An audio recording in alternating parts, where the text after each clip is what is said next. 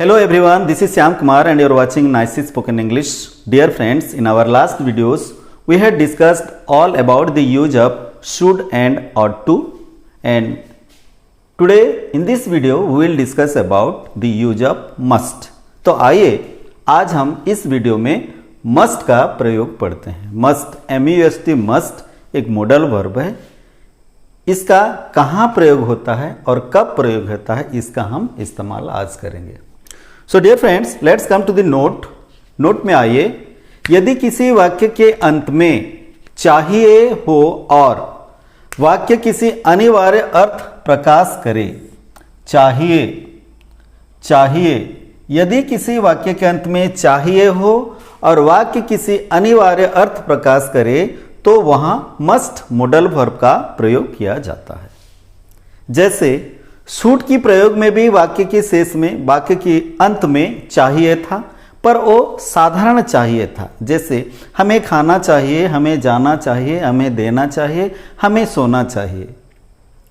और टू के अंत में भी चाहिए ही था. वो नैतिकता या संवैधानिकता प्रकट करने के लिए, जैसे हमें अपने वृद्ध माता पिता की सेवा करनी चाहिए, एक नैतिक कर्तव्य है. हमें किसी आतंकवादी को अपने घर में जगह नहीं देना चाहिए, ये संवैधानिक है.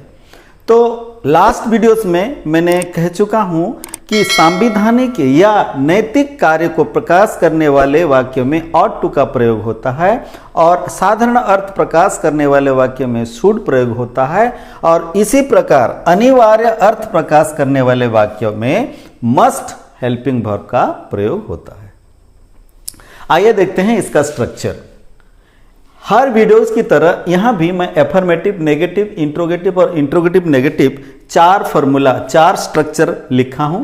देखिए, एफर्मेटिव में होता है subject plus must plus verb one plus SW. Negative में होता है subject plus must not plus verb one plus SW. Interrogative में होता है IW plus must plus subject plus verb one plus SW. और इंट्रोगेटिव नेगेटिव में होता है IW plus must not plus subject plus verb one plus SW. ये चार प्रकार वाक्य की सूत्र है, फॉर्मूला है या स्ट्रक्चर है. इसी के अनुसार हमने कुछ सेंटेंस लिखे हैं. इसे देखिए, मैं सिस्टमेटिकली इसे वर्ड बाय वर्ड ट्रांसलेट कर रहा हूं और आप इसे ध्यान दीजिए. पहला सेंटेंस देखिए, हमें ध्यानपूर्वक सड़क पार करना चाहिए. हमें ध्यानपूर्वक सड़क पार करना चाहिए. ये वाक्य अनिवार्य अर्थ प्रकाश कर रहा है, क्योंकि यदि हम ध्यानपूर्वक सड़क नहीं पार करते तो हमारा एक्सीडेंट भी हो सकता है और हमें अपनी जान गंवानी भी पड़ सकती है. इसलिए यहां मस्ट हेल्पिंग वर्ब का प्रयोग होगा. हमें ध्यानपूर्वक सड़क पार करना चाहिए. हमें, we must cross, we must cross the road, we must cross the road carefully, we must cross the road carefully. ये must we सब्जेक्ट है, must हेल्पिंग वर्ब है, cross वर्ब है और the road ये SW है. we must cross the road carefully. Next आइए, negative sentence. हमें बासी खाना नहीं खाना चाहिए. हो सकता है बासी खाना हमारे अंदर कुछ बीमारी पैदा कर दे और हमारा हेल्थ बिगड़ जाए. इसीलिए यहां हम मस्ट हेल्पिंग वर्ब का ही प्रयोग करेंगे. देखिए, हमें बासी खाना नहीं खाना चाहिए. चलिए इसका ट्रांसलेट करते हैं. वी, ये नेगेटिव सेंटेंस है तो ये नेगेटिव से ट्रांसलेट होगा. Subject we must not, we must not खाना, eat, we must not eat बासी खाना, stale food, we must not eat stale food. इसी के तरह ये सब्जेक्ट है, ये must not हेल्पिंग वर्ब है, ये वर्ब है और ये SW है. we must not eat stale food. हमें बासी खाना नहीं खाना चाहिए. फिर थर्ड सेंटेंस देखिए, हमें अंधेरे में क्यों नहीं जाना चाहिए. अंधेरे में जाना एक प्रकार हमें कुछ डेंजर भी हो सकता है। अंधेरे में हमें किसी जानवर अटैक भी कर सकता है, या अंधेरे में हम कहीं गड्ढे में भी गिर सकते हैं, या अंधेरे में हमें हमारे कमज़ोर दुश्मन भी हमें अटैक कर सकता है। इसीलिए ये डेंजर है, इसलिए यहाँ हम मस्ट हेल्पिंग वर्ब ही प्रयोग करेंगे। हमें अंधेरे में क्यों नहीं जाना चाहिए, क्यों नहीं जाना चाहिए, क्यों नहीं, तो ए इंट्रोगेटिव प्लस नेगेटिव है, क्यों नहीं जाना चाहिए, why must not, why must not we, जाना गो अंधेरे में इन दी डार्कनेस, डार्कनेस और night, why must not we go in the darkness, हमें अंधेरे में क्यों नहीं जाना चाहिए।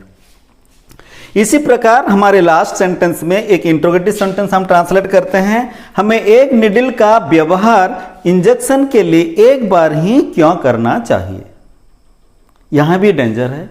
जैसे आपको पता होगा कि एक निडल को इंजेक्शन के लिए बार बार व्यवहार नहीं किया जा सकता। इसमें यह डर है कि देयर में be the infection of AIDS. So this is also concern with the modal verb must. यहां भी मस्ट मॉडल वर्ब का प्रयोग है। आइए इसे हम ट्रांसलेट करते हैं। ये इंट्रोगेटिव है तो पहला IW लेते हैं। हमें एक निडल का व्यवहार इंजेक्शन के लिए एक बार ही क्यों करना चाहिए, क्यों, why, why must, why must, why must subject है वी, व्हाई मस्ट वी व्यवहार करना use, why must we use a needle only once, एक बार, ओनली वंस इंजेक्शन के लिए, for the injection, why must we use a needle only once for the injection. हमें एक needle का व्यवहार इंजेक्शन के लिए एक बार ही क्यों करना चाहिए। तो मस्ट का प्रयोग कब होता है, जब किसी वाक्य के अंत में चाहिए हो और वहां कुछ डेंजर प्रतीत हो, वो अनिवार्य हो, जिसे अगर ना करें तो हमें कुछ प्रॉब्लम आने का संभावना हो, तो उसी जगह में ही मस्ट का प्रयोग हम करते हैं।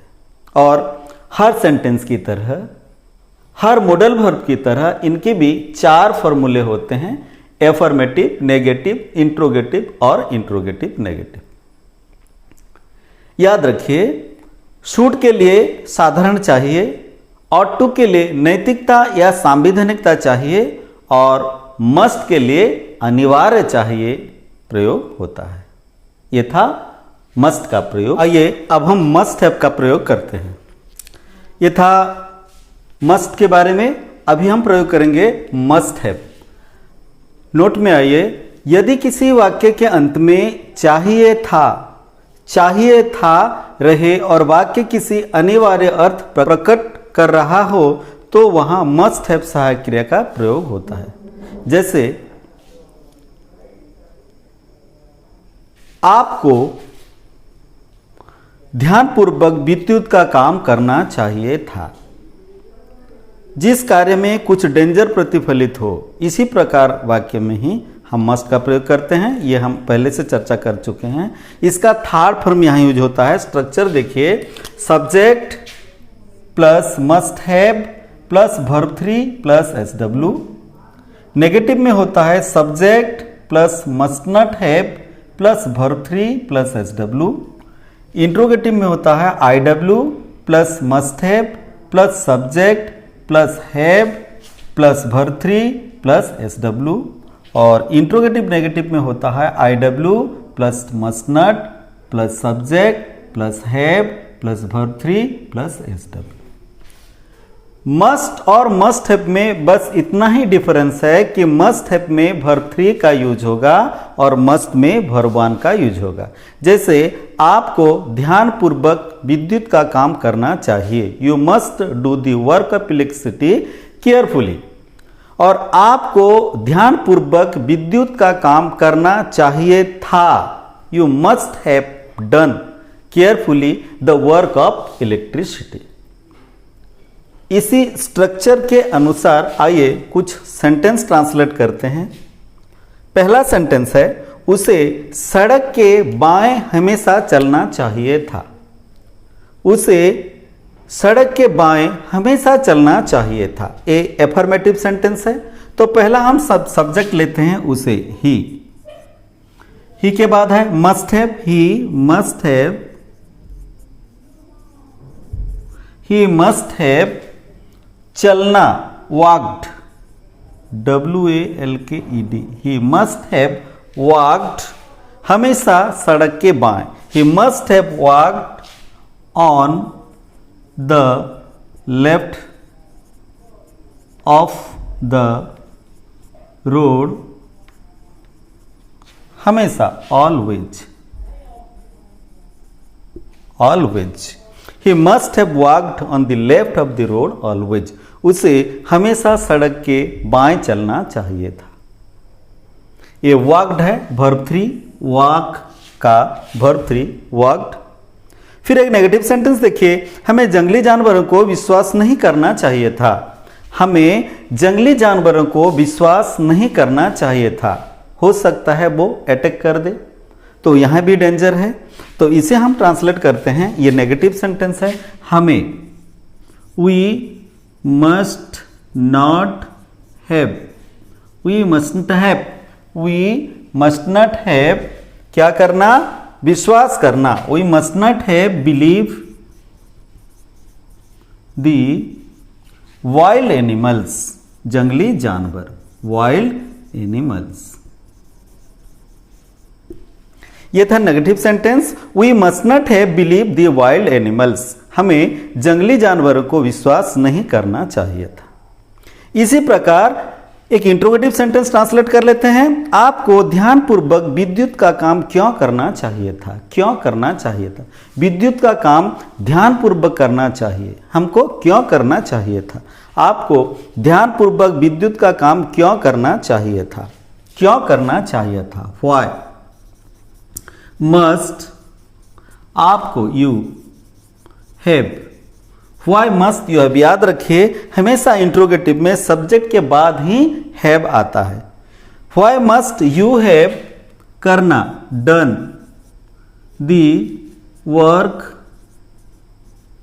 ऑफ इलेक्ट्रिसिटी,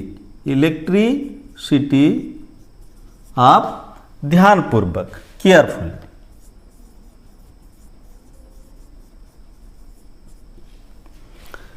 आपको ध्यानपूर्वक विद्युत का काम क्यों करना चाहिए था, why must you have done the work of electricity carefully.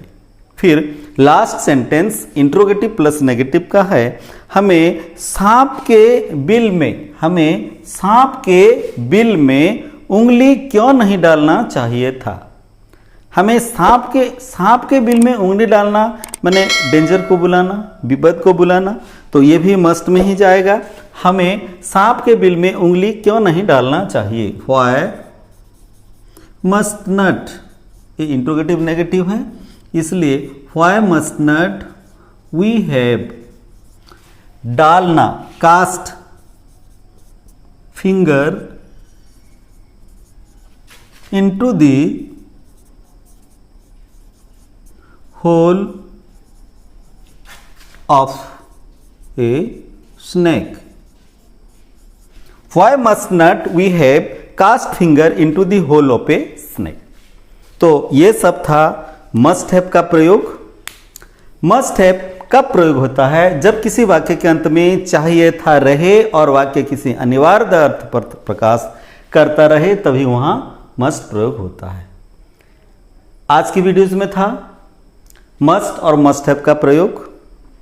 Must में वर्ब 1 का इस्तेमाल होता है, जबकि मस्ट अप में वर्ब 3 का इस्तेमाल होता है। मस्ट का पास्ट फॉर्मुलेशन मस्ट हैव होता है, जैसा आपको सड़क के बाएं चलना चाहिए, you must walk on the left of the road, आपको सड़क के बाएं में चलना चाहिए था, माने चलना चाहिए था। It indicates to the past obligation. So when must indicates past obligation we use there must have, and when must indicate present obligation we use their must. I think you might have understood this video. मेरा प्रयास successful हो या failure हो, या आप ही decide करेंगे। कृपया आपको इस वीडियो अच्छा लग रहा है तो इसे ज़रूर सब्सक्राइब करिए, कमेंट करिए, शेयर करिए और बहुत से बहुत मात्रा में लाइक करिए। Thank you for watching my video very patiently.